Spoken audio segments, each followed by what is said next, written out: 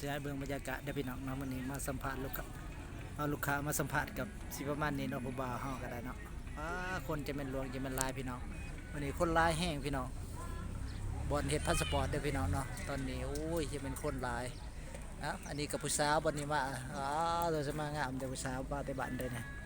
เบิ่งไปครูวันนี้คนลายแห้งพี่น้องทีนี้ก็โอ้ยลูกค้าเฮาก็ชิโออยากนอนแล้วก็นอนบัดนี้เด้อลูกค้าก็สินอนเด้อเนี่ยเด้อนี่นอนแล้วสินอนแล้วบัดนี้เบิ่งกล่องในผู้สาวเบิ่งกล่องในผู้สาวเมียเขาเด้อพี่น้องเด้อลูกค้าเฮามาสัมผัสเบิ่งนี่เบิ่งลูกค้าก็โพดอยู่สันพุ่นเนาะเป็นจะได้อยากข้าวอยากน้ำอยู่บ่เสผู้สาวทางนี่ลูกค้าเฮาเบิ่งลูกค้าเฮาก็มาหลายขนาดบัดนี้ก็ได้อี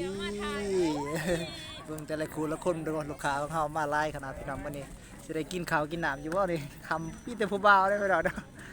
เอาฝากกดไลค์กดติดตามด้วยเด้อพี่น้องทั้งเฟซหรือว่าทั้ง TikTok ก็ได้หรือว่าทั้ง YouTube ก็ได้เนาะสร้างบ้านนางลาวพาสปอร์ตเด้อ YouTube ก็ได้ฝากกดไลค์กดติดตามบอลสัมภาษณ์พี่น้องใครที่ว่าต้องการจะเฮ็ดบัตรเฮ็ดเบอร์ก็มาทางพี่น้องช่วยเบิ่งบรรยากาศบอลเฮ็ดบัตรเฮ็ดเบอร์เนาะนี่อยู่สาวก็ได้ตอนนี้ก็กำลังสิค่ำแล้วพี่น้องเบิ่งเด้อสิให้เบิ่ง